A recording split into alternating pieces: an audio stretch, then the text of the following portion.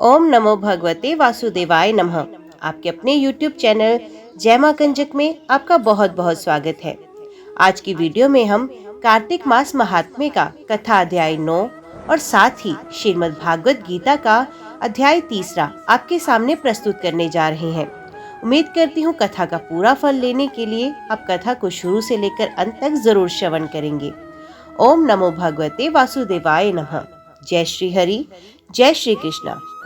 इधर वृंदा ने स्वप्न में देखा कि उसका पति सारे शरीर में तेल लगाकर नंगा शरीर भैंसे पर सवार होकर दक्षिण दिशा की ओर प्रेतों के साथ जा रहा है। ये स्वप्न देखा उसे बड़ी चिंता हुई और अटारी तथा गौशाला कहीं भी विश्राम नहीं मिला। तब वे एक वन से दूसरे वन में चली गई। वहां वृंदा ने सिंह जैसे मुख वाले 2 राक्षस देखे। उन्हें देखते ही वे डर के मारे भाग गई। आगे जाकर उसके शिष्य सहित एक तपस्वी मुनि को देखा और उनसे अपनी रक्षा के लिए कहा। उसकी प्रार्थना पर मुनि ने अपनी एक हुंकार से उन राक्षसों को भगा दिया। तत्पश्चात वृंदा ने मुनि से विनय पूर्वक कहा कि महाराज, मेरे पति जालंधर तथा महादेव जी में घोर युद्ध हो रहा है। उसमें किसकी विजयी होगी, कृपा करके बताइए, क्योंकि आप सर्वज्ञ हैं। ये सुनकर मुनि ने ऊपर को देखा। उसी समय 2 बंदरों ने आकर मुनि को प्रणाम किया और मुनि के संकेत पर वे दोनों बंदर वहां से चले गए।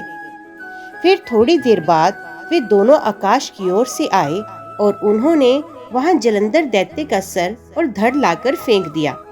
वृंदा अपने पति के मृत शरीर को देखकर बहुत दुखी हुई और रोने लगी। तत्पश्चात मूर्छित होकर पृथ्वी पर गिर पड़ी। मुनि ने अपने कमंडलू से उस पर जल छिड़का तो उसे चेतना आई। तब वे पुण्य विलाप करती हुई मुनि से बोली कि महाराज, जिसने देव, गंधर्व और विष्णु सहित तीनों लोकों को जीत लिया, वे शिव के हाथ से कैसा मारा गया? हे मुने, आप बड़े सामर्थ्यवान हैं। किसी प्रकार मेरे पति को फिर से जीवित कर दीजिए। तब मुनि कहने लगे, शिवजी के हाथ से मरे हुए को कौन जीवित कर सकता है, परंतु फिर भी तुम पर कृपा करके हम इसको जीवित कर देते हैं। ऐसा कहकर मुनि अंतर ध्यान हो गए और जलंधर जीवित होकर वृंदा के साथ प्रेम लाभ करता हुआ आलिंगन वृद्ध हो गया। वृंदा भी अपने पति के वेश में विष्णु के साथ उसी वन में रमण करती रही। परंतु एक दिन मैथुन के पश्चात अपने पति के वेश में विष्णु को देखकर वे अत्यंत क्रोधित हो गई और शाप देती हुई बोली कि तुमने मेरा पतिव्रत धर्म नष्ट किया है, इसलिए मैं तुमको शाप देती हूँ। निश्चित ही वे कपट मुनि तुम ही थे और तुमने जो 2 राक्षस कपट के बनाए थे, वही कालांतर में तुम्हारी स्त्री का हरण करेंगे। और जो तुम्हारा शिष्य था, वे बंदर रूप धारण कर तुम्हारी सहायता करेगा। फिर कहा कि शिला हो जाओ।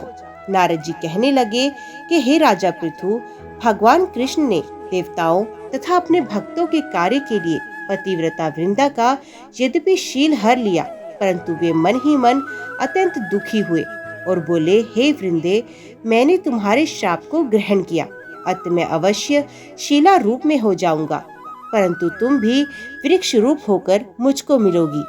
उसी समय वृंदा अपने पति के चरणों का ध्यान करके विष्णु के मना करने पर भी अग्नि में प्रवेश कर गई। नारद जी कहते हैं, राजा पृथु, इधर शिवजी बड़े भयंकर वेग से राक्षसों को मारने लगे। शिवजी की इस तीक्ष्ण बाण वर्षा के आगे शुंभ और निशुंभ भी ठहर न सके और वे युद्ध से भाग खड़े हुए। तब शिवजी ने उनको शाप दिया, क्योंकि तुम युद्ध क्षेत्र से भाग गए हो, इसलिए पार्वती के हाथ से मारे जाओगे। उधर जिस समय वृंदा का पतिव्रत धर्म नष्ट हुआ, तभी जलंधर का बल समाप्त हो गया। ठीक इसी समय विष्णु ने अपना सुदर्शन चक्र अपने तेज सहित शिव को दिया। फिर शिवजी ने अपने ऋषियों के तप का, पतिव्रता स्त्रियों का तथा ब्रह्मा जी के तेज का उसमें जोड़कर जालंधर दैत्य पर छोड़ दिया, जिससे उसका सर कटकर भूमि पर गिर गया। सर और धड़ अलग होते ही जलंधर का तेज उसके शरीर से निकलकर श्री शिवजी में तथा वृंदा का तेज माता पार्वती जी में समा गया। उधर विष्णु वृंदा की चिता में लेटने लगे। तब सब देवताओं ने शिव की स्तुति की और कहा, महाराज, जलंधर को मारकर आपने हम देवताओं पर बड़ा उपकार किया, परंतु उधर अनर्थ हो रहा है, कृपा करके उसका भी उपाय कीजिए। भगवान विष्णु वृंदा के पतिव्रत धर्म से मोहित होकर लगातार उसकी चिता भस्म पर लेट रहे हैं और किसी प्रकार का विश्राम नहीं कर रहे। तब शिव ने कहा, हे देवताओं, तब सब भगवान की योग माया की शरण में जाकर उनकी स्तुति करते हुए बोले, तुम्हारी माया को ब्रह्मादिक भी नहीं जानते। उस देवी का हमारा नमस्कार है जिसके भक्तगण अनादर तथा मोह को प्राप्त नहीं होते। ऐसी मूल प्रकृति को हमारा नमस्कार है। उस समय देवताओं ने एक तेज देखा और आकाशवाणी सुनी कि गौरी, लक्ष्मी और सरस्वती रजोगुण, सतोगुण और तमोगुण रूप में मैं ही हूँ। वही तीनों तुम्हारा कार्य सिद्ध करेंगी। उन देवियों की तुम आराधना करो। फिर उन तीनों देवियों ने प्रकट होकर 3 बीज दिए और कहा कि इन तीनों बीजों को जहाँ पर विष्णु में जाकर बो दो और अपना कार्य सिद्ध करो। देवताओं ने तीनों बीजों को ले जाकर जहाँ पर वृंदा की चिता पर भगवान विष्णु लौट रहे थे जाकर बो दिए। उन तीनों बीजों में से 3 वृक्ष उत्पन्न हुए। रजोगुण सरस्वती से आंवला, तमोगुण गौरी से तुलसी और सतोगुण लक्ष्मी से मालती। श्री लक्ष्मी जी ने अपना बीज ईर्ष्या युक्त होकर दिया था, इसलिए मालती भगवान पूजा में निंदित तथा आंवला और तुलसी भगवान को अति प्रिय है। इस प्रकार वृंदा वृक्ष रूप होकर भगवान शालिग्राम से संयोग किया। इसी कारण कार्तिक के उद्यापन में भगवान की पूजा तुलसी के मूल में होती है। नारद जी कहते हैं कि हे राजा पृथु, जिस घर में तुलसी का वृक्ष होता है उसमें यमदूत कभी नहीं जाते, इसलिए जो तुलसी का वृक्ष घर में लगाते हैं वे यमपुरी नहीं देखते। नर्मदा तथा गंगा का जल और तुलसी का पूजन, ये तीनों एक बराबर हैं। मनुष्य तुलसी तथा आंवला की छाया में अपने पितरों का श्राद्ध करता है, उसके पितृ मोक्ष को प्राप्त हो जाते हैं। नारद जी कहते हैं कि हे राजा पृथु, तुलसी और आंवले का महात्म्य ब्रह्मा जी भी कहने में असमर्थ हैं। जो कोई इस कथा को पढ़ता अथवा सुनता है वे भी मोक्ष को प्राप्त हो जाता है। ओम नमो भगवते वासुदेवाय नमः। कार्तिक मास महात्म्य का कथा अध्याय 9 यहीं पर समाप्त होता है। अभी हम श्रवण करते हैं कर्मयोग, श्रीमद् भागवत गीता का 3रा अध्याय।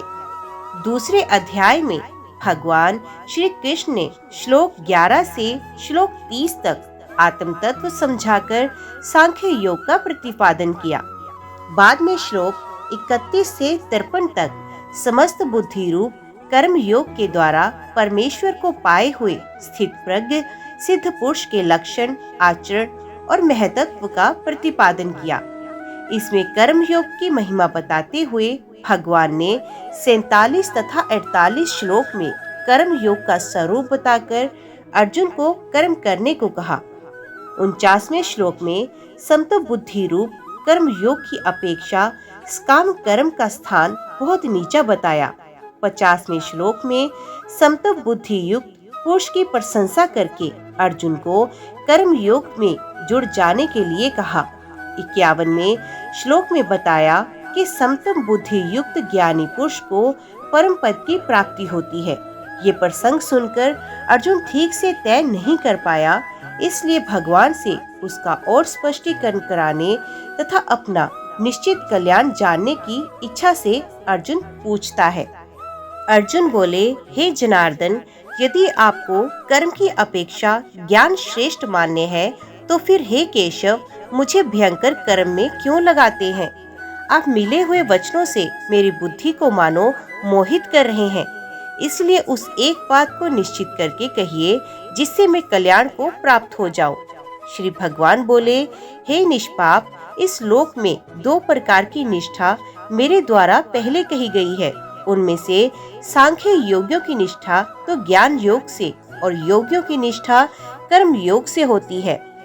मनुष्य ना तो कर्मों का आरंभ किए बिना निष्कर्मता को यानी योग निष्ठा को प्राप्त होता है और न कर्मों के केवल त्याग मात्र से सिद्धि यानी सांख्य निष्ठा को ही प्राप्त होता है। निस्संदेह कोई भी मनुष्य किसी काल में क्षण मात्र भी बिना कर्म किए नहीं रहता, क्योंकि सारा मनुष्य समुदाय प्रकृति जनित गुणों द्वारा प्रवश हुआ कर्म करने के लिए बाध्य किया जाता है। जो मूढ़ बुद्धि मनुष्य समस्त इंद्रियों को हठ पूर्वक ऊपर से रोककर मन से उन इंद्रियों के विषयों का चिंतन करता है, वे मिथ्याचारी अर्थात दंभी कहा जाता है। किंतु हे अर्जुन, जो पुरुष मन से इंद्रियों को वश में करके आनस्त होता हुआ समस्त इंद्रियों द्वारा कर्म योग का आचरण करता है, वही श्रेष्ठ है। तो शास्त्र विहित कर्तव्य कर्म कर, क्योंकि कर्म ना करने की अपेक्षा कर्म करना श्रेष्ठ है, तथा कर्म ना करने से तेरा शरीर निर्वाह भी सिद्ध नहीं होगा। यज्ञ के निमित्त किए जाने कर्मों के अतिरिक्त दूसरे कर्मों में लगा हुआ ही ये मनुष्य समुदाय कर्मों से बनता है। इसलिए हे अर्जुन, तू आसक्ति से रहित होकर उस यज्ञ के निमित्त ही भली भांति कर्तव्य कर्म कर। प्रजापति ब्रह्मा ने कल्प के आदि में यज्ञ सहित प्रजाओं को रचकर उनसे कहा कि तुम लोग इस यज्ञ के द्वारा वृद्धि को प्राप्त हो, और ये यज्ञ तुम लोगों को इच्छित भोग प्रदान करने वाला हो। तुम लोग इसी यज्ञ के द्वारा देवताओं को उन्नत करो, और देवता तुम लोगों को उन्नत करेंगे। इस प्रकार निस्वार्थ भाव से एक दूसरे को उन्नत करते हुए तुम लोग परम कल्याण को प्राप्त हो जाओगे। यज्ञ के द्वारा बढ़ाए हुए देवता तुम लोगों को बिना मांगे ही इच्छित भोग निश्चय ही देते रहेंगे। इस प्रकार उन देवताओं के द्वारा दिए हुए भोगों को जो पुरुष उनको बिना दिए स्वयं भोगता है, वे चोर ही है। यज्ञ से बचे हुए अन्न को खाने वाले श्रेष्ठ पुरुष सब पापों से मुक्त हो जाते हैं। पापी लोग अपना शरीर पोषण करने के लिए ही अन्न पकाते हैं, वे तो पाप को ही खाते हैं।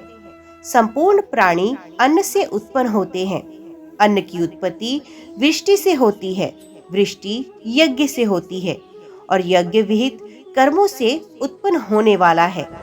कर्म समुदाय को तू वेद से उत्पन्न और वेद को अविनाशी परमात्मा से उत्पन्न हुआ जात। इससे सिद्ध होता है कि सर्वव्यापी परम अक्षर परमात्मा सदा ही यज्ञ में प्रतिष्ठित है। हे पार्थ, जो पुरुष इस लोक में इस प्रकार परंपरा से प्रचलित सृष्टि चक्र के अनुकूल नहीं बरतता, अर्थात अपने कर्तव्य का पालन नहीं करता, वे इंद्रियों के द्वारा भोगों में रमण करने वाला पापायु पुरुष व्यर्थ ही जीता है। परंतु जो मनुष्य आत्मा में ही रमण करने वाला और आत्मा में ही तृप्त तथा आत्मा में ही संतुष्ट है, उसके लिए कोई कर्तव्य नहीं है। उस महापुरुष का इस विश्व में ना तो कर्म करने से कोई प्रयोजन रहता है और न कर्मों के ना करने से ही कोई प्रयोजन रहता है, तथा संपूर्ण प्राणियों में भी इसका किंचित मात्र भी स्वार्थ का संबंध नहीं रहता। इसलिए तू निरंतर आसक्ति से रहित होकर सदा कर्तव्य कर्म को भली भांति करता रहे, क्योंकि आसक्ति से रहित होकर कर्म करता हुआ मनुष्य परमात्मा को प्राप्त हो जाता है। जनकादि ज्ञानी जन भी आसक्ति रहित कर्म द्वारा ही परम सिद्धि को प्राप्त हुए हैं। इसलिए तथा लोक संग्रह को देखते हुए भी तू कर्म करने को ही योग्य है, अर्थात तुझे कर्म करना ही उचित है। श्रेष्ठ पुरुष जो जो आचरण करता है, अन्य पुरुष भी वैसा ही आचरण करते हैं। वे जो कुछ प्रमाण कर देता है, समस्त मनुष्य समुदाय उसके अनुसार बरतने लग जाता है। हे अर्जुन, मुझे इन तीनों लोकों में ना तो कुछ कर्तव्य है, ना ही कोई भी प्राप्त करने योग्य वस्तु अप्राप्त है, तो भी मैं कर्म में ही बरतता हूँ। क्योंकि हे पार्थ, यदि कदाचित मैं सावधान होकर कर्मों में ना बरतूं तो बड़ी हानि हो जाए, क्योंकि मनुष्य सब प्रकार से मेरे ही मार्ग का अनुसरण करते हैं। इसलिए यदि मैं कर्म ना करूं तो ये सब मनुष्य नष्ट भ्रष्ट हो जाएंगे और मैं संकर्ता का करने वाला होऊंगा तथा इस समस्त प्रजा को नष्ट करने वाला बनूंगा। हे भारत, कर्म में आसक्त हुए अज्ञानी जन जिस प्रकार कर्म करते हैं, आसक्ति रहित विद्वान भी लोक संग्रह करना चाहता हुआ उसी प्रकार कर्म करे। परमात्मा के स्वरूप में अटल स्थित हुए ज्ञानी पुरुष को चाहिए कि वे शास्त्र विहित कर्मों में आसक्ति वाले अज्ञानियों की बुद्धि में भ्रम अर्थात कर्मों में अश्रद्धा उत्पन्न न करे, किंतु स्वयं शास्त्र विहित समस्त कर्म भली भांति करता हुआ उनसे भी वैसे ही करवावे। वास्तव में संपूर्ण कर्म सब प्रकार से प्रकृति के गुणों द्वारा किए जाते हैं, तो भी जिसका अंतकरण अहंकार से मोहित हो रहा है, ऐसा अज्ञानी मैं करता हूँ ऐसा मानता है। परंतु हे महाबाहो, गुण विभाग और कर्म विभाग के तत्व को जानने वाला ज्ञान योगी संपूर्ण गुण ही गुणों में बरत रहे हैं ऐसा समझकर उनमें आसक्त नहीं होता। प्रकृति के गुणों से अत्यंत मोहित हुए मनुष्य गुणों में और कर्मों में आसक्त रहते हैं। उन पूर्णता न समझने वाले मंद बुद्धि अज्ञानियों को पूर्णतः जानने वाला ज्ञानी विचलित ना करे। मुझ अंतर्यामी परमात्मा में लगे हुए चित्त द्वारा संपूर्ण कर्मों को मुझ में अर्पण करके आशा रहित, ममता रहित और संताप रहित होकर युद्ध कर। जो कोई मनुष्य दोष दृष्टि से रहित और श्रद्धा युक्त होकर मेरे इस मत का सदा अनुसरण करते हैं, वे भी संपूर्ण कर्मों से छूट जाते हैं। परंतु जो मनुष्य मुझ में दोषारोपण करते हुए मेरे इस मत के अनुसार नहीं चलते, उन मूर्खों को तू संपूर्ण ज्ञानों से मोहित और नष्ट हुए समझ। सभी प्राणी प्रकृति को प्राप्त होते हैं, अर्थात अपने स्वभाव के प्रवश हुए कर्म करते हैं। फिर इसमें किसी का हट क्या करेगा। इंद्रिय के अर्थ में अर्थात प्रत्येक इंद्रिय के विषय में राग और द्वेष छिपे हुए स्थित हैं। मनुष्य को उन दोनों के वश में नहीं होना चाहिए, क्योंकि वे दोनों ही इसके कल्याण मार्ग में विघ्न करने वाले महान शत्रु हैं। अच्छी प्रकार आचरण में लाए हुए दूसरे के धर्म से गुण रहित भी अपना धर्म अति उत्तम है। अपने धर्म में तो मरना भी कल्याणकारक है और दूसरे का धर्म भय को देने वाला है। अर्जुन बोले, हे कृष्ण, तो फिर ये मनुष्य स्वयं न चाहता हुआ भी बलात् लगाए हुए कि भांति किससे प्रेरित होकर पाप का आचरण करता है। श्री भगवान बोले, रजोगुण से उत्पन्न हुआ ये काम ही क्रोध है। ये बहुत खाने वाला अर्थात भोगों से कभी न अघाने वाला और पापी है। इसको ही तू इस विषय में वैरी जान। जिस प्रकार धुएं से अग्नि और मैल से दर्पण ढका जाता है तथा जिस प्रकार जेर से गर्भ ढका रहता है, वैसे ही उस काम के द्वारा ये ज्ञान ढका रहता है। और हे अर्जुन, इस अग्नि के समान कभी न पूर्ण होने वाले कामरूप ज्ञानियों के नित्य वैरी के द्वारा मनुष्य का ज्ञान ढका हुआ है। इंद्रिय, मन और बुद्धि ये सब वास स्थान कहे जाते हैं। ये काम इन मन, बुद्धि और इंद्रियों के द्वारा ही ज्ञान को आच्छादित करके जीवात्मा को मोहित करता है। इसलिए हे अर्जुन, तू पहले इंद्रियों को वश में करके इस ज्ञान और विज्ञान का नाश करने वाले महान पापी काम को अवश्य ही बलपूर्वक मार डाल। इंद्रियों को स्थूल शरीर से पर यानी श्रेष्ठ, बलवान और सूक्ष्म कहते हैं। इन इंद्रियों से पर मन है, मन से पर भी बुद्धि है, और जो बुद्धि से भी अत्यंत पर है वे आत्मा है। इस प्रकार बुद्धि से पर अर्थात सूक्ष्म, बलवान और अत्यंत श्रेष्ठ आत्मा को जानकर और बुद्धि के द्वारा मन को वश में करके, हे महाबाहो, तो इस काम रूप दुर्जय शत्रु को मार डाल। ओम नमो भगवते वासुदेवाय नमः। तो यहाँ पर कार्तिक मास महात्म्य का अध्याय 9 और साथ ही भागवत गीता का अध्याय 3 समाप्त होता है। उम्मीद करती हूँ वीडियो आपको पसंद आई होगी। वीडियो पसंद आई हो तो वीडियो को लाइक और चैनल को सब्सक्राइब जरूर कीजिएगा। जय श्री हरि लिखकर कमेंट बॉक्स में अपनी हाजिरी और अपने सुझाव देना ना भूलिएगा। तो मिलते हैं अगले अध्याय के साथ। तब तक के लिए देखते व सुनते रहिए। जय मां कंजक, जय माता दी।